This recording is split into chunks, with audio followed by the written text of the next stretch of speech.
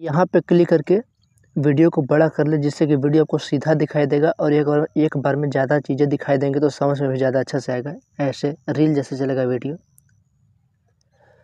अब एग्ज़ाम में अब 35 दिन बचे हुए हैं और मैंने नया चीज़ शुरू किया है कि जो जीरो होगा या फिर जो उसने थोड़ी बहुत तैयारी कर ली होगी या फिर जिसका अच्छा खासा तैयारी हो चुका होगा, सबको एक बार फाइनल टिप्स दे दूँ, एक बार फाइनल ज्ञान दे दूँ, फाइनल बात बता दूँ, जो कि इस 30 से 35 दिन की मेहनत में भी है कम से कम 60% लाने में कोई दिक्कत ना हो और फर्स्ट डिवीज़न से पास होने से कोई ना रोक सके। अगर ये मैं केवल हवा में बात कर रहा हूँ तो आपको मेरे समझाने के तरीके से क्लियर हो जाएगा कि हाँ, मैं हवा में बात कर रहा हूँ या वाकई 30 से 35 दिन में 60% तक मैं आपको पहुँचा दूँगा। तो आज बारी है गणित के पहले अध्याय की, वास्तविक संख्या की। आज मैं इसे जड़ से ख़त्म करता हूँ। तो इस पहले अध्याय में जो पढ़ना होता है वो क्या पढ़ना होता है? यूक्लिड विभाजन से एचसीएफ निकालना, अभाज्य गुणनखंड से एलसीएम और एचसीएफ निकालना, परिमेय संख्या, अपरिमेय संख्या और दशमलव प्रसारण शांत है या अशांत है। इतना 4 टॉपिक पढ़ना होता है पहले अध्याय से। तो मैं शुरू करता हूँ पहले टॉपिक से। यूक्लिड विभाजन से एचसीएफ निकालना। 2 संख्या आपको दी रहेगी, जैसे यह संख्या दी हुई है। अब पूछेगा यूक्लिड विभाजन से इसका एचसीएफ निकाले, यानी कि महत्तम निकाले। तो इसका सिंपल सा तरीका होता है, केवल एक ही तरीका होता है, बड़ी संख्या में छोटी संख्या से भाग दे देते हैं। जैसे कि आप यहाँ पे देख रहे हैं 77 से हमने 188 में भाग दिया, हमें दो संख्या दी हुई थी, तो कितनी बार में लगा? तो 2 बार में लगा, तो 148 आया और फिर नीचे 48 बचा शेष में। तो अब क्या करें? अब तो कुछ है नहीं, क्योंकि 188 खत्म हो गया और नीचे 48 बचा। तब हम क्या करें? तो कुछ नहीं बचता है, तो हम इधर वाले को बारी बार से इधर लिखते जाते हैं। 70 लिख दिया मैंने इधर, तो अब 48 से भागा दिया 70 में, तो एक बार में 48। अब 22 बचा, तो अब क्या करें? तो 22 में हम किससे भागा दें? तो जो इधर बचा है हमारे बाईं साइड ऊपर में, उससे हम यहाँ लिख देंगे 48। तो 2 बार में कटा 4। अब 4 में हम क्या करें? तो 4 को इधर जो 22 बचा है उधर हम इधर लिख करके इसमें भाग दे देंगे। तो ऐसा हम तब तक करते जाते हैं जब तक 0 ना आ जाए, और 0 के ठीक ऊपर वाला एचसीएफ कहलाता है। एक और एग्जाम्पल लेते हैं एनसीईआरटी की किताब से। 44 120 का एचसीएफ निकाले यूक्लिड विभाजन से। तो इसको क्या करना होता है? 44 हमने 120 में भाग दे दिया, 88, 32 बचा शेष में। तब क्या करें? तब हम 44 को इधर लिख देंगे, ये जो 44 है उसे हमने यहाँ लिख दिया। अब इससे इसमें भाग देंगे तो एक बार में, तो अब 12 आया से इधर। तब क्या करें? 12 में, तो 12 में फिर इधर 32 को इधर ले जाएंगे और अब फिर 32 में भाग लगाएंगे, तो 2 बार में 8। ऐसे करते करते 0 जहाँ पे आ जाएगा वहाँ पे रुक जाना है, और 0 का ठीक ऊपर बाईं साइड वाला ही एचसीएफ होता है, ठीक ऊपर बाईं साइड वाला। तो इसका एचसीएफ 4 हुआ। तो ये टॉपिक मैंने ख़त्म कर लिया इतना आसान तरीके से। अब हम दूसरे तरफ चलते हैं, अभाज्य गुणनखंड विधि से। एक तो हो गया यूक्लिड विभाजन से और एक हो गया अभाज्य गुणनखंड विधि से निकालना। तो हम इसे ख़त्म करते हैं। तो इसमें क्या करना होता है? जैसे हमें 2 संख्या दी हुई है, तो इसमें हम 44 से 120 में भाग नहीं लगाएंगे, बल्कि दोनों को अलग अलग तोड़ेंगे। कैसे? ऐसे 44 को मैंने अलग तोड़ दिया और 120 को अलग तोड़ दिया। 2 से 3 से जितना सा भी भाग लगे अब लगाते जाएँ और ऐसे करते जाएँ। जहाँ 0 आ जाए वहाँ पे आपको रुक जाना है, या फिर 1 भी आ जाए तो रुक जाना है। तो दोनों को अलग अलग तोड़ करके ऐसे लिख दिया जाता है। इससे हमें कोई मतलब नहीं होता तोड़ने के बाद। तोड़ने के बाद मतलब होता है कि बाईं साइड में जितनी संख्या बची हुई है, जितनी संख्या आई है, हम उसे लिख देते हैं। तो 44 बराबर क्या आया है? 2 2 11 आया है, तो हमने ऐसे लिख दिया। और 120 को तोड़ने के बाद बाएं साइड में क्या क्या आया है ये साइड, तो 120 बराबर 2 2 2 3 5 ऐसे आया है, तो इसे हमने लिख दिया। अब यहाँ से पूछता है, ये तो हर कोई कर लेगा, इतना तो आप भी कर लेंगे। अब यहाँ से एचसीएफ और एलसीएम निकलना थोड़ा सा कठिन होता है, तो अब मैं आपको यहाँ से बता रहा हूँ क्या करना होता है।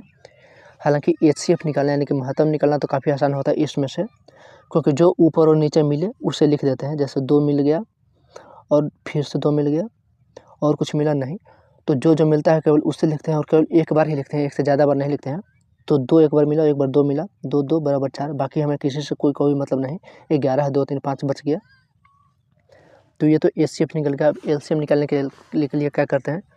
तो जितनी भी संख्या ये है, 2 से 2 2 11, 2 2 3 5 जो भी है, सबको हम लिख लेंगे एक एक बार। सबको मैंने लिख लिया, 2 लिख लिया, 3 लिख लिया, 5 और 11, बस इतनी ही संख्या है। इससे ज़्यादा तो कोई संख्या नहीं है, तो नहीं, मैंने इतना ही लिख लिया। अब देखा जाता है कि सबसे ज़्यादा किस लाइन में कोई सा संख्या है, यानी कि 2 जो है वो किस लाइन में ज़्यादा है, तो ऊपर वाले में है कि नीचे वाले में है। तो नीचे वाले में ज़्यादा बार है, कितनी बार में है? तो 3 बार है, तो 2 का पावर 3 कर दिया। 3 देखा जाता है सबसे ज़्यादा किस बार में है, तो 3 तो केवल एक बार है, तो हम ऐसे ही छोड़ देंगे। अब इसको हम गुना करके जो आता है वो हमारा एलसीएम हो जाता है। तो एलसीएम निकालने का तरीका यह होगा, ये स्टेप मैंने बता ही दिया है, एक बार फिर से क्लियर कर रहा हूँ। ऊपर नीचे जो मिले उसे लिख देना है, तो ये केवल एचसीएफ निकलता है ऐसे करने से, बाकी हमें किसी से कोई मतलब नहीं। जो संख्या ऊपर और नीचे लाइन में मिले वही लिख करके गुना कर देते हैं, तो वो हमारा एचसीएफ हो गया। एलसीएम के लिए जितनी भी संख्या है यहाँ दूसरी लाइन में सबको लिख देते हैं एक बार पहले, और उसके बाद जो संख्या जिस लाइन में ज़्यादा बार हमें दिखाई देती है उसका पावर कर देते हैं। जैसे हमने 2 तो लिखा है, लेकिन इसमें 3 बार है तो हमने पावर 3 कर दिया। ऐसे कर करके सभी को बारी बारी से देखते हैं कौन ज़्यादा बार किस लाइन में है, तो वैसे करके एलसीएम हम ख़त्म कर देते हैं गुना करने के बाद। तो 2 टॉपिक मैंने ख़त्म कर दिया अध्याय 1 से, यूक्लिड विभाजन और अभाज्य गुणनखंड से एचसीएफ निकालने वाला। अब तीसरा जो टॉपिक है वह अपरिमेय संख्या, जो कि पूछता नहीं, इसे हम छोड़ देते हैं। अपरिमेय संख्या सिद्ध करने को बोलता है, तो मैंने एक सवाल को हल करके दे दिया है। अब चाहे √3 है एग्ज़ाम में, √5 है, √7 है, कुछ भी है, तरीका यही फॉलो होगा, केवल यही लगेगा, आप इस पर गौर करें। मैं चुप रहता हूँ क्योंकि जो मैं बोलूँगा वो लिखा गया है, तो आप शांति से इसे देखें, 1 मिनट लगेगा। उसके बाद चाहे जितना भी सवाल है एग्ज़ाम में आप इसे हल कर लेंगे। मैं चुप हूँ क्योंकि जो मैं बोलूँगा वो वहाँ पे लिख दिया गया है, तो आप इस पे गौर करें क्या कब कैसे कैसे हल किया गया है।